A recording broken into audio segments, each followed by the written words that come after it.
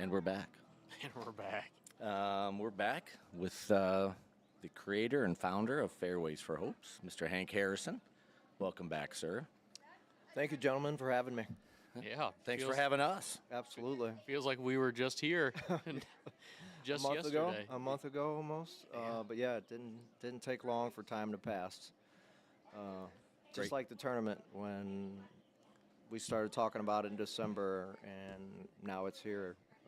Through the process, it was at times like, gosh, is it ever going to get here? Is it ever going to get here? And then it got here, and the outpouring of support from the communities has been phenomenal. People financially and or just support helping out today, like you guys coming out just to help out the cause.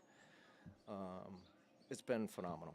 We had 34 out of 36 teams, 81 hole sponsors. Oh my and, God. Hopefully it's going to impact some kids and help the dads kind of make some good memories like we talked about the last time. Yeah. And the weather, Noah and Crawford and Jason helped us out today. Yeah. Because the forecast did not look good. No, it did not. And I check it once a day, a couple times a day, like Monday or Tuesday it was 90% rain, and then the next day it was 70 something, and then 45, and then back up to 50. And when I went to bed last night, I checked one more time, and I looked at the radar, and I could kind of look at it, and it was like, is it gonna open up? Is it gonna split like it does a lot of times?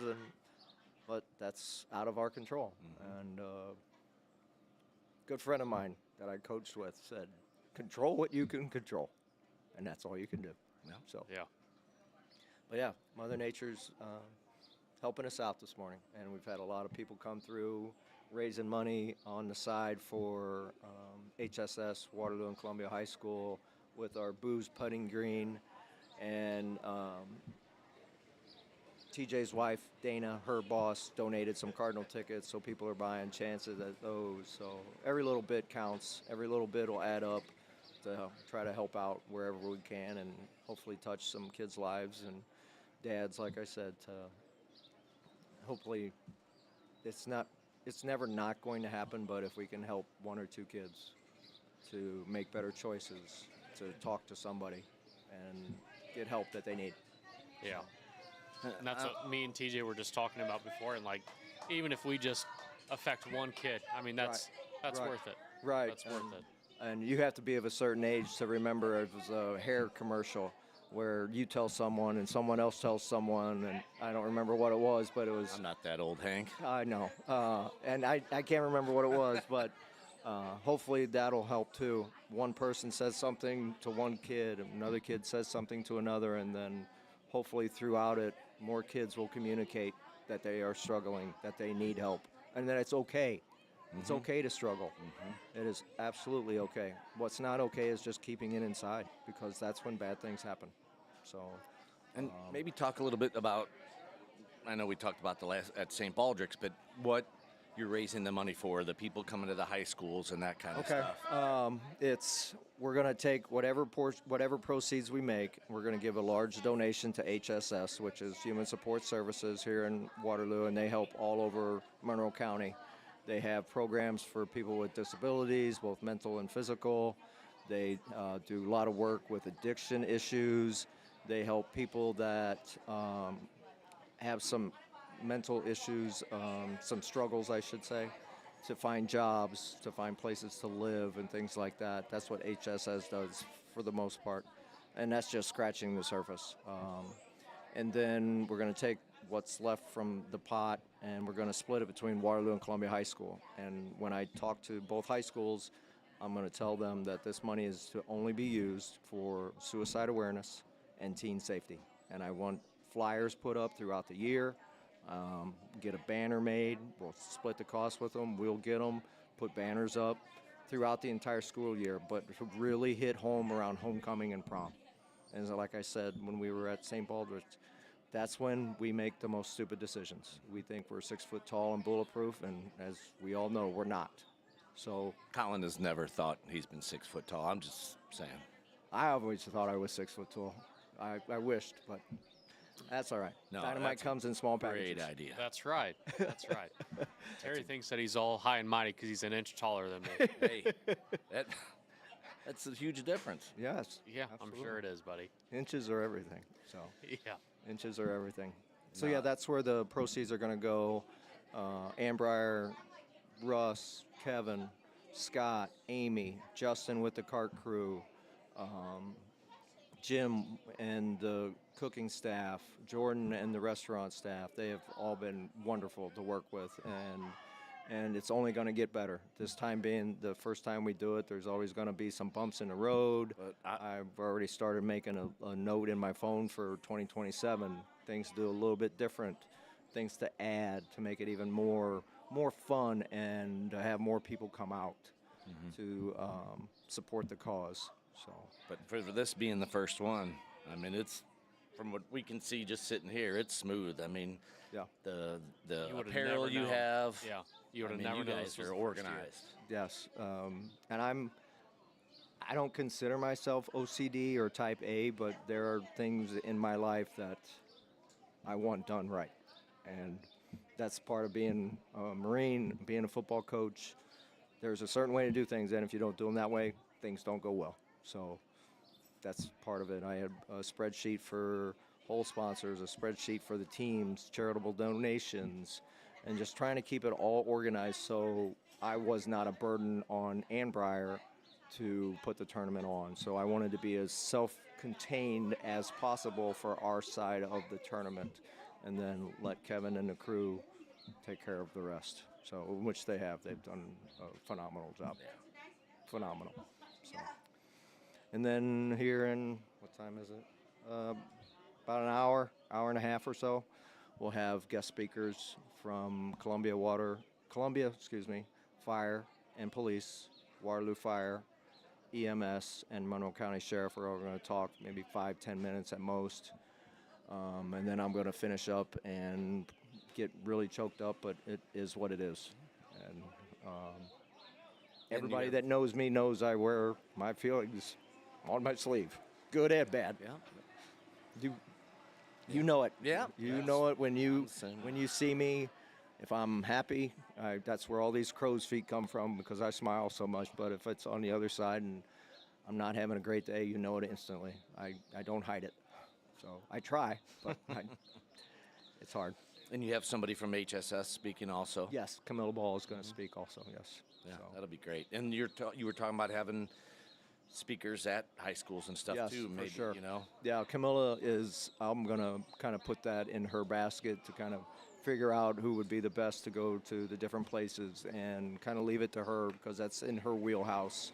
And I'll just kind of give her my 2 cents worth, and this is what I would like to be talked about, and then I'm going to let her run with it because it's her thing.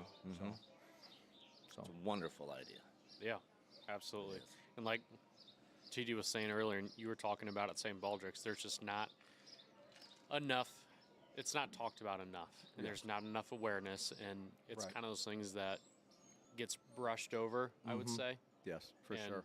So I'm really glad that you're doing this and making this hey, this is a problem. We have to talk about these things. You know, we have to have those difficult conversations. Absolutely. And it's going to make some people uncomfortable, but it's also going to help a lot of people as well. Right. A lot of times in life, when you're uncomfortable, that's when you make your best decisions because it forces you to make a good decision. Because if you're uncomfortable, and you make bad ones, unfortunately, too, but hopefully those are the times when you make good choices.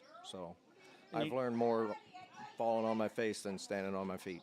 And you're going to have a speaker at an assembly at high school, and maybe 95% of the kids are going to be like, what are they doing here? Right. But those 2 or 3 kids. Right. Absolutely. Absolutely. Yeah. And that's what you can only try to do in the beginning, and you hope that it snowballs to where you're getting 10, 12, 15 kids that will go talk to the school nurse. Like my wife is the nurse at Ladue High School. And she has kids that come in and she talks with them about struggling, and she tries to put them in a good direction. Talk to your mom and dad. Talk to a counselor. She'll send them across the hall to the counseling office to hopefully get that ball rolling to where they do get the help and support that they need. So, And that's what I hope happens at Waterloo and Columbia. I don't have any frame of reference because graduating in '89, it was not a thing. Until Noah, I did not know anyone that died by suicide. And now you hear about it a lot more. And it's one of those things that we really got to try to nip in the bud as best we can. So, Yeah. I was the same way. I didn't know that it was really a thing until my family was affected by it as well. And then now in the job that I'm in, I mean, you see it a lot more than it used to be. yes. And it's crazy, and the people that you would never think of in a million years, and Absolutely. you know, sometimes the people with the brightest smiles on their face Oh, are the one that's absolutely. struggling the most. Oh, absolutely. And that was Noah. He was the last person on this planet I would think that would do that. And we struggle with, in the beginning, a lot of why, and we'll never know why. And whether you're listening and you're a person of faith or not, but hopefully when I get there, that's going to be the first conversation I have with God. It's like, why? Why did you take my son? Maybe he will, maybe not. I don't know if I'll be able to have that conversation, but if I can, I will. And then I'm going to give Noah a big hug. Yeah. Tell him sure. that I love him. So, Absolutely. Well, hey, can you talk us through like how you came up with this idea? How did it come from nothing into this incredible golf tournament? That's like you said. I mean, you would never guess in a million years that this was your first time. And thank me you. and TJ both love golf, and we've been part of plenty of golf tournaments. And when I walked, I'm like, how many years have we been doing this again? And he's like, no, this is his first time. Like, holy shit, you would have never guessed. Oh, never guessed. Thank you. That was the goal, to make it look like we've been doing it for years. When Noah died, I wanted to do the tournament really badly, more the suicide side of it than the dad side, and I'll get to that in a second. But I was still a full-time teacher, and being a dad and a husband and all those coals that you have in the fire, all those balls that you were trying to juggle all the time, I think it was God that was telling me just to put a pin in it for now. And then we had the unfortunate loss of Crawford, and then I retired after that, and I think God's plan was, now you have time. Now I'm going to make it happen. I'm going to give you the time you need to do this. So I met with Kevin Schaefer, the pro, in December, and we talked about it. I started making my lists in my phones, the to-dos, start making a checklist, and the first thing he told me I needed to do, so when I would go talk to people about the tournament, is the why am I here statement. And I sat down at the computer and I hammered it out that when our tragedy happened, so much support was for Nikki, which I get that. I understand completely. I have no negative feelings about that at all. But when you're a dad and you have tragedy in your life, if you're a dad worth a damn, you're going to take on the sadness of your wife and your kids, and you're just going to take yours and put it in a box. And that's what I did. I put it in a box for a long time.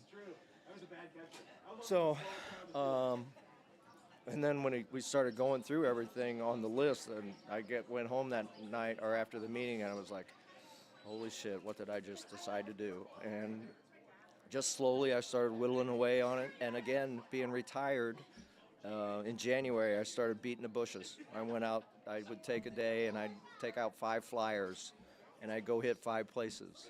And I would show them the logo and why it was important, the 5, the wing, the 89, and this is why we're doing this tournament. And I think I asked probably 90 different people between me and Jill and Matt and John. We asked probably 90 people, and we got 81 people to commit. And some people committed more than 1 hole. Some people did 1 or 2 holes. But every little bit counts, like I said before. And then just started working on the sign design. So I used Google's AI, and I asked it, create a golf logo for suicide awareness and teen safety. And it spit out 4 different logos, and the one that's ours now caught my eye. And then I asked it, okay, add the number 5 and a Hermes wing, which I have both tattoos. And it added that. And then I said, add the number 89 for Jason, because he was a hockey player. And then I told it to change the colors to royal blue and orange. And just through probably an hour and some change of sitting at the computer, it came to what it is now. And it's eye-catching. And I'm not saying that because I can't take zero credit for the design except for the colors. But it's a unique logo. And it represents the orange for Waterloo and the blue for Columbia. So, and that's how the logo came about. And after I started doing the whole sponsorships, I started to talk to Kevin. We started to talk about, well, let's do this, let's do that. Hey, how do you feel about speakers? And I was like, absolutely, perfect. So he lined up Monroe County, and then I lined up everybody else to come out and talk between 5 and 10 minutes at most about experiences that they have had that has helped with this thing that we're doing. The word just escaped me.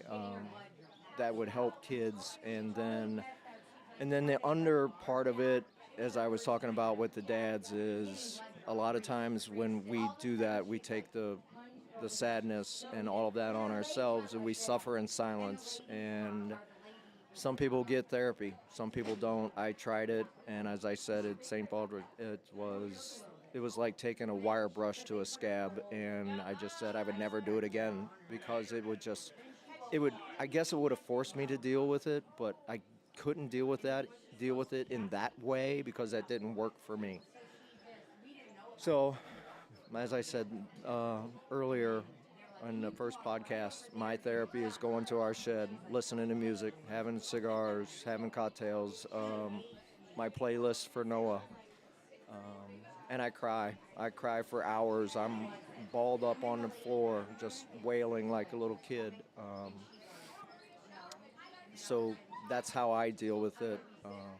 And then going on further with the process, a friend of mine, Sam Hand, that I coached football with, he came out and we did an interview and about the whys of the tournament, and it's on the Facebook page, and it turned out really good. And then thank you to you guys for having me that day. It got the word out to so many people. The video that I did with Sam was viewed by like 200 people. So, and I had 2 teams email me out of the blue that I had no idea who they were. Really? No idea.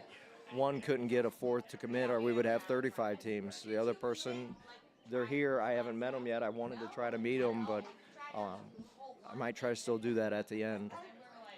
So it's just been an amazing journey, and I couldn't have done it without the good Lord's help. So, I mean, you have 34 teams. You know every single one of these people are going to be back. yes. And then getting the word out. Yeah. I mean, next year you might have your hands full. Yeah, and that would be a wonderful thing. Absolutely, It would it's a good be problem to have. twice the stuff, but it would be wonderful if we had a 2-flight tournament. That's even more money being raised for the cause, even hopefully reaching even more kids and more dads to help each other, get the support of dads getting together and working through their struggles. If it'd be simply just go play golf. I'm not a fisherman, but a bunch of dads get together and play or go fishing. It's a group therapy thing and shared experiences, because it's a shitty club to be in. But if you do it by yourself, which I did, it might not work for some people, and you're just going to spiral. So if you're the kind of dad that is a talker, I'm not so much of a talker, but Well, you are when there's a microphone in. yeah. I do tend to ramble sometimes. No, not at all. But yeah, that was the process of the tournament, and as it got closer, I would exchange texts with Kevin. I hate to text him when he wasn't at work, so I would avoid him. But when I'd see him at work the next day, hey, what do you think about this? Or he would ask me, hey, what do you think about this? And Kevin has been great, phenomenal through all of this, and I can't appreciate him anymore. So, And like you said last time we talked to you, I mean, therapy isn't for everybody. And there might be groups out there, but everybody has to deal with it their own way. Right. And it's a shame that there's just not, I don't know what I'm trying to say. I guess it just everybody is so different and handle things their own way. Right. That you trying to nip it in the bud before it happens, maybe we don't need groups someday. You know what I mean? Right. That's the goal, is to stop it before it's before you need a group. right. Yeah. Absolutely. Yeah. So, Hank, if there's somebody listening, they want to help your cause and donate, what should they do? They could get on the Facebook page. It's called Fairways for Hope. It's on there. My information is on there, or my own personal Facebook page has got links to Fairways for Hope. You can email me. Excuse me. My email address is S as in Sam, H as in Hotel, P as in Paul, T as in Tango, E as in Echo, A as in Alpha, C as in Charlie, H as in Hotel, R as in Romeo at gmail.com. Repeat that back, Colin. It's essentially the We'll put word the link shop on there. teacher without the O and the second E. So, Got it. or you could even we'll put text me. My number is 618-719-6707. We'll put your email and your phone number and the website or your Facebook on Yeah. ours and share that around as well. Yeah. Yep, And then once you get next year's date, absolutely. let us know. We're gonna. and, That's going to be a conversation I have with Kevin here probably in the next couple months. I'd like to make it like this weekend of May every year, so then people that want to play in it know that, okay, right. Yeah. the second or third weekend? Second weekend. Yep. The second weekend in May is the Fairways for Hope Golf Tournament. And while we're talking about things for suicide prevention and awareness, my wife, Nikki, she does a walk with another lady, Dawn Woodall, and a couple other people from Columbia. Names are escaping me, so please don't take that as a negative. But they do that at Waterworks / what is it called now? Lakeview Park, the last Saturday of September. And it's the same thing. And as we talked about before, there's people that really don't want to go do a walk, but they'll come play here, and vice versa. And then you have both. So we're trying to spearhead this from two different directions to get the word out as much as possible and to make a difference in people's lives. So, Yeah. There's no doubt that this is going to succeed. There's no doubt. thank you. I mean, if it's this successful in year one, Yeah. it's going to explode. Yeah. But I mean, just the idea of it behind it. I mean, I think the things that you are going to do will make a difference. Yes. And there's a small part of me that would really like it to go like nationally, really, to be the first place, and then it spread like wildfire to where we can really get out and help kids and dads, families in general. Yeah, that'd be awesome. I mean, that's an even bigger thing to chew on, but that's okay. I mean, you if just it gets start that with- if it gets that big, then there'll be other people that can St. help Clair out. County, you Yeah. know, just kind of Yep, for move sure. out a little at a time. Yeah, for Yeah. sure. Absolutely. For sure. So, Yeah. Well, Hank, we appreciate you coming on and Thank talking you. to us again. absolutely. Thank you so we're- much for coming out. Yeah, Absolutely. I appreciate it. We're having a great time. Looks like everybody here is having a great time. Good. So we're excited to be here, and we appreciate you coming and talking to us. Absolutely. Thank you, guys. Yeah, absolutely. And we'll see if we can get some more people as they roll in. I think my friend Bill Hurst, he's a former Army guy. He's going to talk about veteran suicide, I believe. Okay, great. So, and Nice. the impacts of that. So he said he would. So I'm going to drag him over here by his ear if I have to. So Perfect. All right. Thanks, All right, Hank. thanks, Hank. thank you. All right.